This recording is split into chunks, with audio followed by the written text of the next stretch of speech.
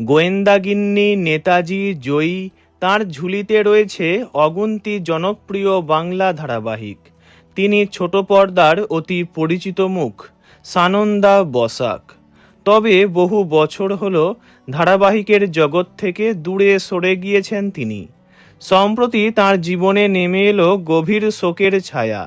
নিজের social media পোস্টে বাবাকে হারানোর দুঃসংবাদ জানিয়ে আবেগঘন বার্তা দিয়েছেন সানন্দা। তিনি লিখেছেন, বাবাকে অন্তিম বিদায় জানানো আমার জীবনের সবচেয়ে কঠিন মুহূর্তগুলোর একটি। বাবার শারীরিক উপস্থিতি না থাকলেও তাঁর শেখানো মূল্যবোধ ও নৈতিক আদর্শ সারা জীবন পথ দেখাবে। আমার বাবা সব সময়ই আমার সঙ্গে থাকবেন। ব্যক্তিগত জীবনের নানান উত্থান পতনের মধ্যেই এবার পরিবারের এই বড় শোক সানন্দাকে আরও ভেঙে দিয়েছে। সানন্দার জন্ম কলকাতার একটি যৌথ পরিবারে। ম্যানেজমেন্ট পড়তে পড়তেই চাকরি করা আরম্ভ করেছিলেন তিনি। তারপরই মডেলিংয়ে নামেন এবং মডেলিং করতে করতেই অভিনয়ের সুযোগ পেয়ে যান। 2012-এ তাই বলে কি প্রেম দেব না ধারাবাহিকের মাধ্যমে টিভির পর্দায় আগমন ঘটেছিল তাঁর। তারপর কয়েক বছর ধরে বয়েই গেল এসো মা লক্ষ্মী, গোয়েন্দাগিন্নি, জয়ী ইত্যাদি অনেক ধারাবাহিকে কাজ করেছেন।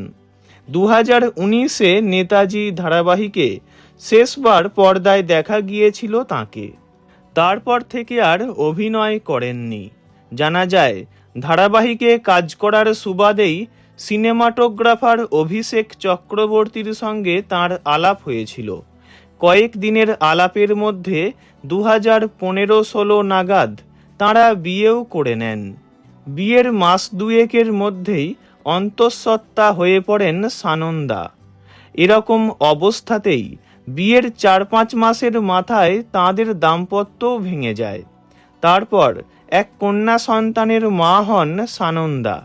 জীবনের এই কঠিন সময়টাতে দাঁতে দাঁত চেপে লড়াই করেছিলেন তিনি।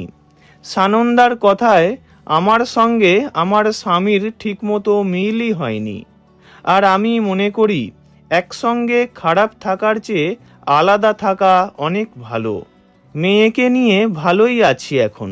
আমার বাপের বাড়ি, শ্বশুর বাড়ি মেয়েকে বড় করতে সাহায্য করেছে।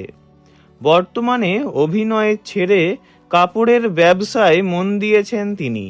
মেয়েকে বড় করে তোলাই এখন সানন্দার একমাত্র লক্ষ্য।